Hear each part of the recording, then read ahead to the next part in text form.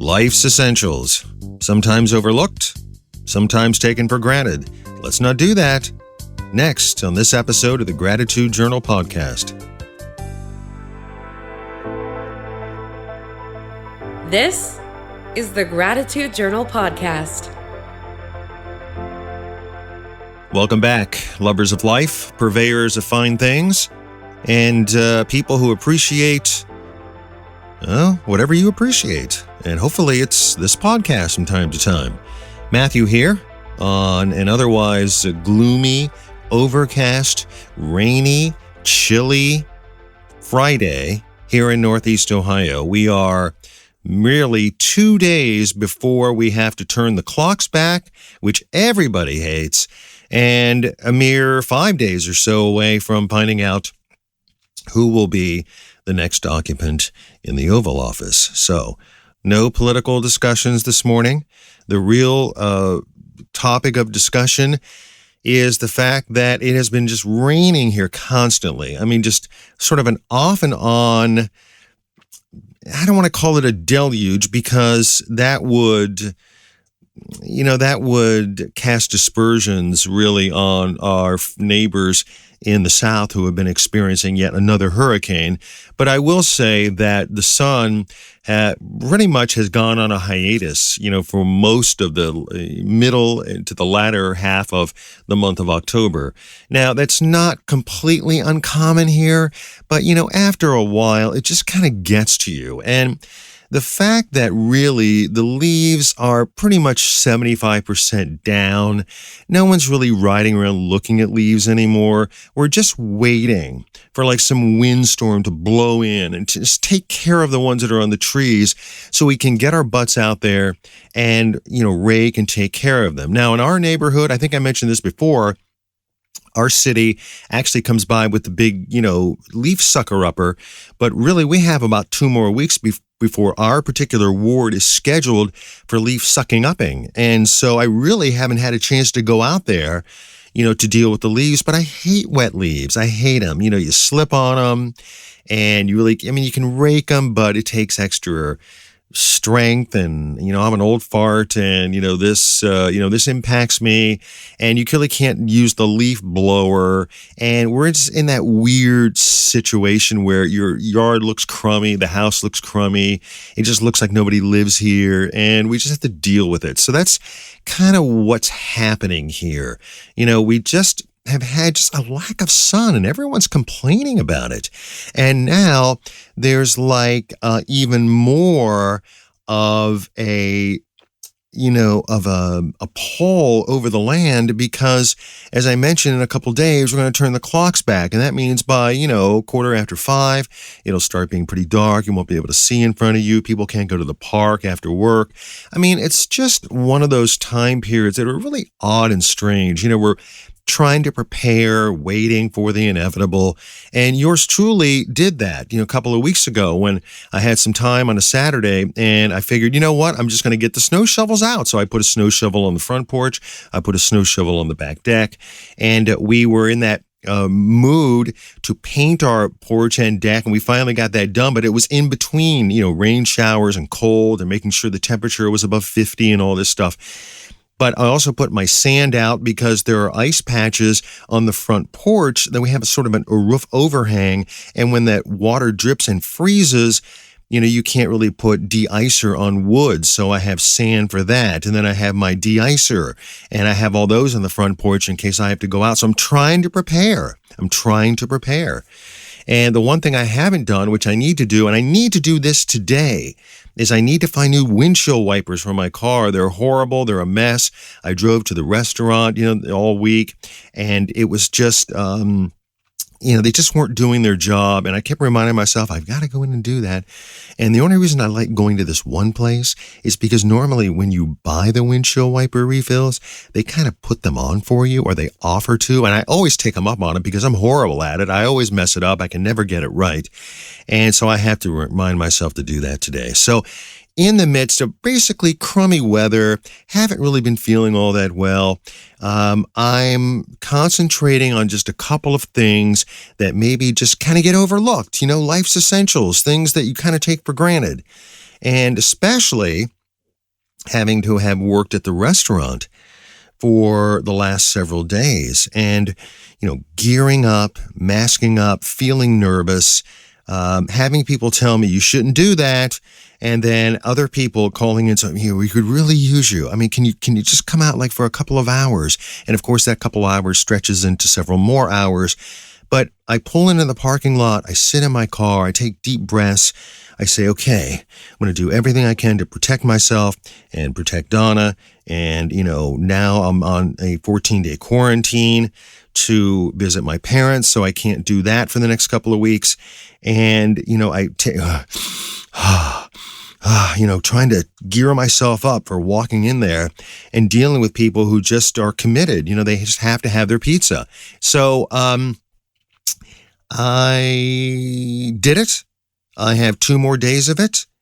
It wasn't fun, but I said I was going to help, and I did. So I have 2 more days next week, and then by Friday of next week, after that particular shift, that's my last one, I can set my 14-day quarantine counter, and then that will allow me at least some reprieve from the guilt I feel about walking into my parents' apartment with a mask on. At least I'll know that in 2 weeks, if I still feel okay, even though I may be asymptomatic, I have to bring them stuff and, care for their needs. And I try to do that quickly and not hover, and I'll feel better once the 14-day quarantine is over.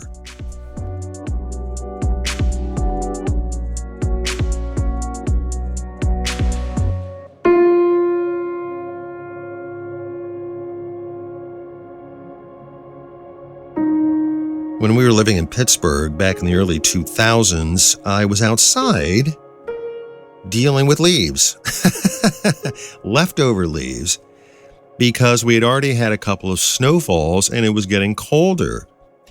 And I started to smell gas.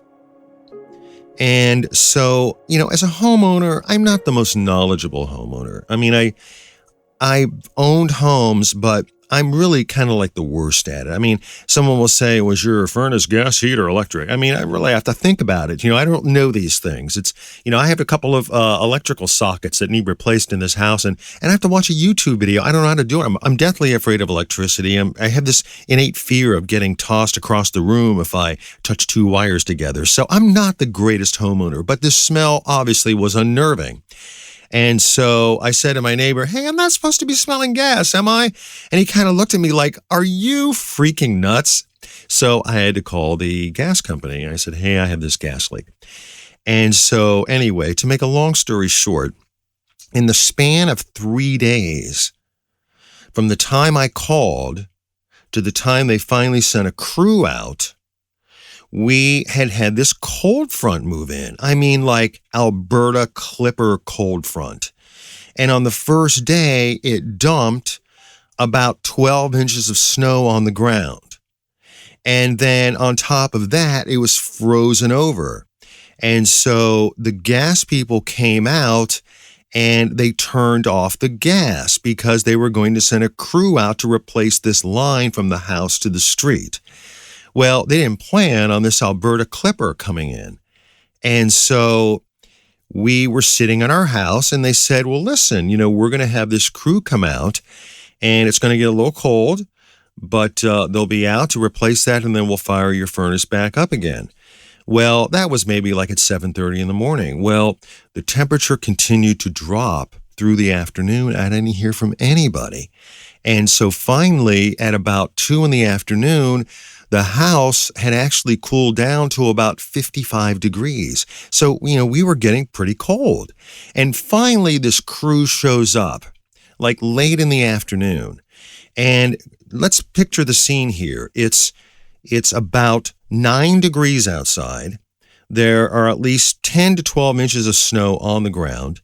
They have to find the gas line, make a path, actually dig out the yard to replace the gas line piece, and then, hook things back up so that we can turn the furnace on and have heat in the house. These guys were absolutely saints. I mean, these guys who were standing out there with their 4 or 5 hoodies, on their body with multiple pairs of gloves, trying to dig in, to this now solid, almost foot of snow to try to get to this line. They didn't know exactly where it was.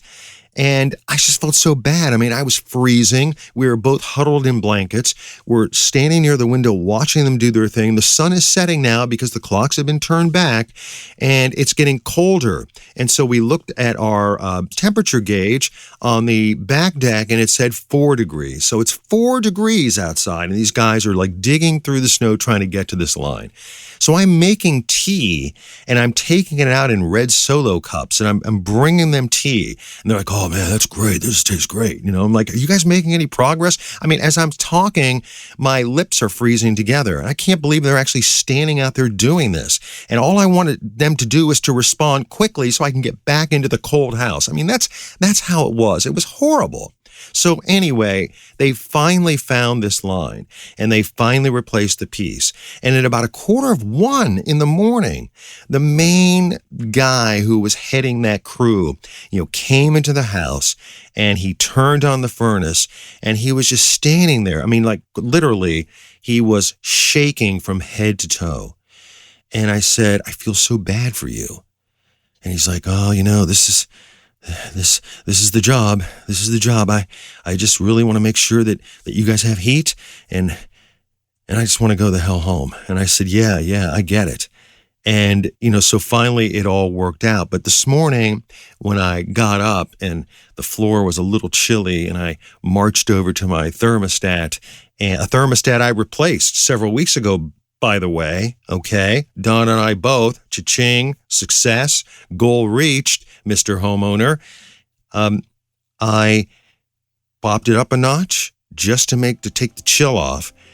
And I thought about that day in Pittsburgh and I said, I am very, very grateful. Even though I dislike winter more and more every year, I'm grateful for this heat.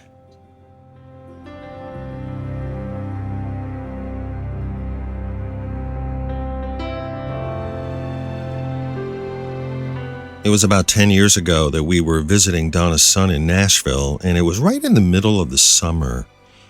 And if you've ever lived in the Southeast, you know that summers can be pretty murderous as far as heat and humidity, especially humidity. And I mean, summers can be torturous anywhere. I mean, I've been in downtown Chicago before, and some of the summers are almost unbearable. So, that happens everywhere, but in particular in the Southeast, it just tends to be more aggravating. And we were visiting Donna's son, and I was in one of those moods where I needed to go out for a run. Part of my workout routine was running. And so I modified my goal and I said, you know what? I'm going to go for what I would call a power walk. And I'm just going to walk very briskly. I'm going to get my exercise in.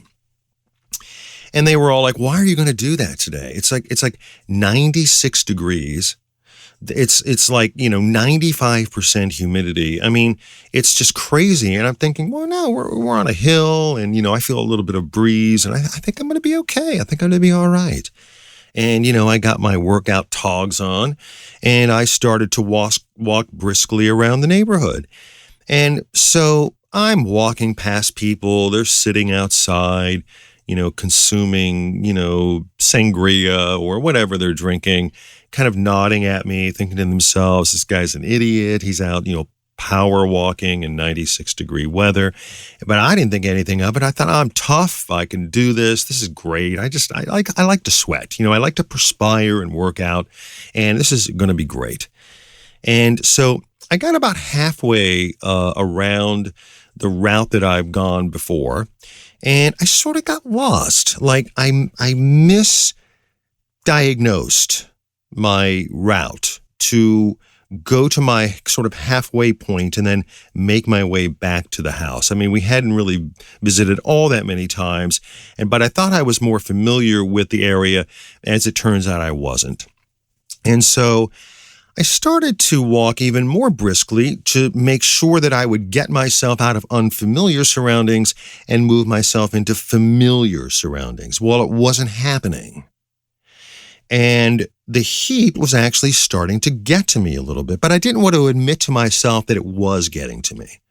So about 20 minutes later, when I realized that I still wasn't recognizing the street where I needed to be, I thought, well, I'm going to sort of backtrack, and maybe I can just backtrack my way and I will recognize it. Because generally, as a rule, I think I'm pretty good about recognizing kind of where I am.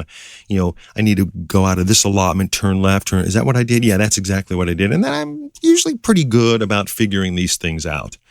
Like I'm my own GPS sometimes. But on that particular day, I was not a very good GPS. And I actually started feeling a little bit dizzy.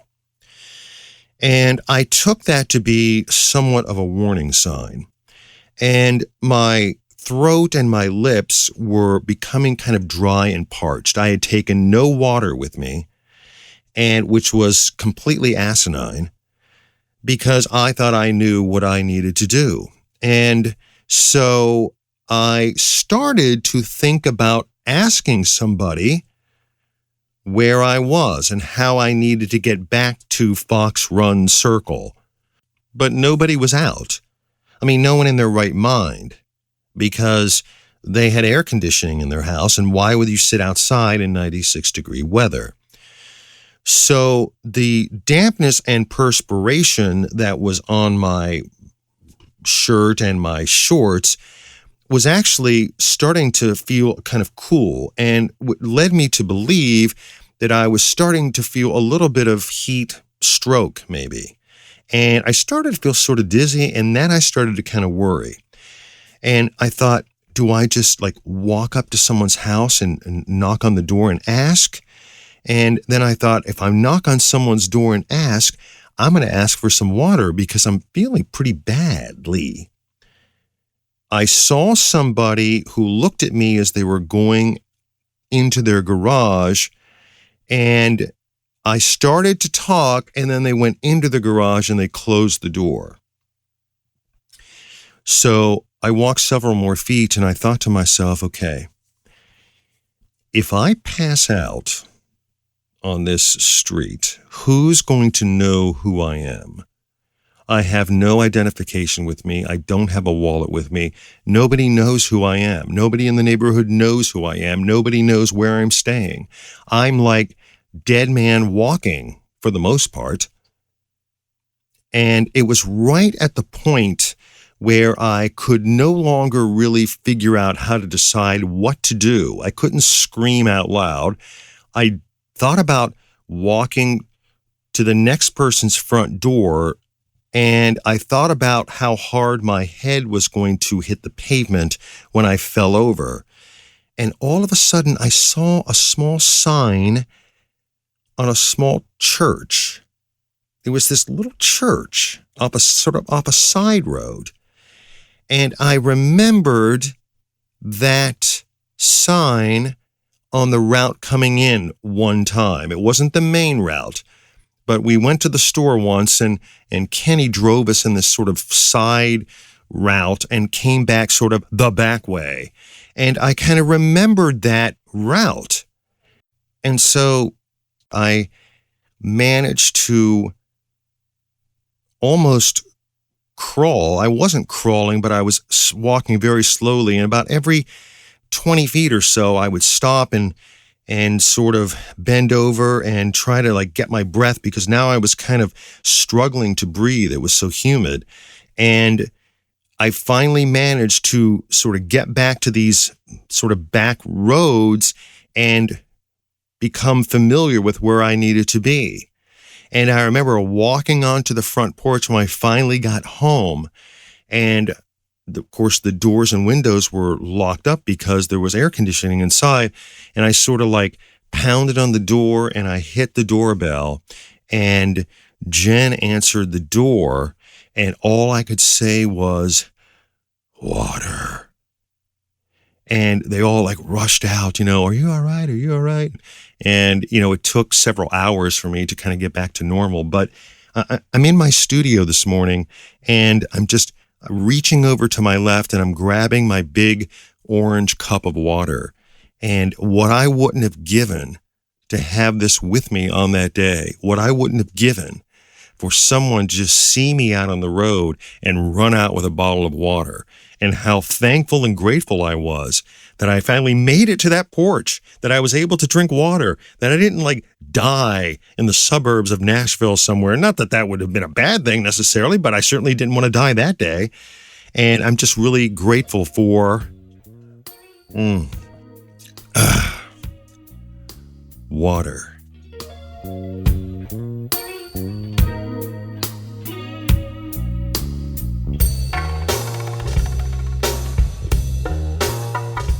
I'm also grateful for an email that I got this week. I didn't have a particularly great week this week, and I'll maybe use another podcast to go into it. It deals with other sort of philosophical issues that have just been plaguing me lately. It deals with some hopes and expectations I had relative to the business that either aren't going to materialize or haven't materialized yet. It was just one of those times where I was just feeling underappreciated, and I just was having kind of a bleh kind of day.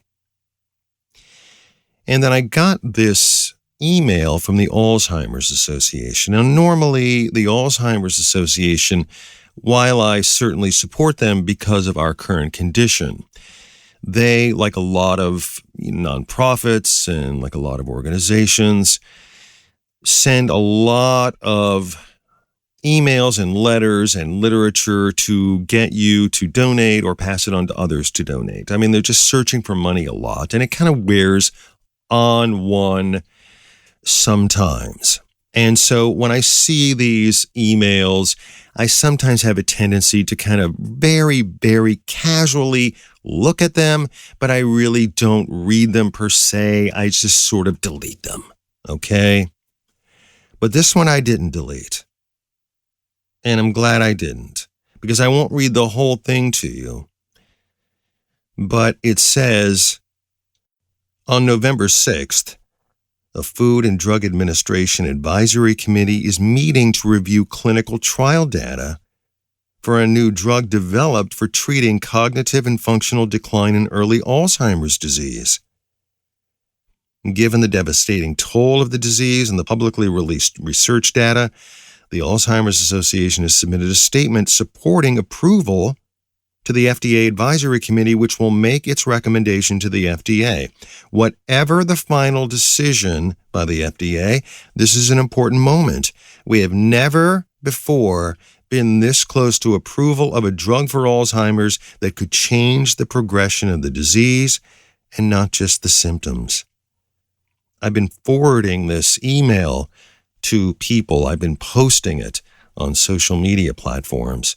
And perhaps it's just wishful thinking, but I was very grateful for that email. And when I think of life's essentials, I'm including this in it because anything that's positive for the destruction of this horrible disease is a win in my book. And so I'm going to take this information and I'm going to let it uplift me, and I'm just going to believe that it's going to happen because it would be amazing if it could actually become true. And I'm very grateful for that. So I guess it goes without saying that we should be grateful for life's essentials. The things, the building blocks, the things that we oftentimes take for granted. And we have to remind ourselves how fortunate we are to have air to breathe and we're not on a ventilator, and that we have water to drink and it's clean, and that we have heat, especially in an upcoming winter, or to have air conditioning in a way to give ourselves reprieve from intense heat. all these life's essentials that we sometimes take for granted and that we really have to be grateful for. I hope you have a great week, and I also thank you for continuing to download and listen, especially to this episode of the Gratitude Journal podcast.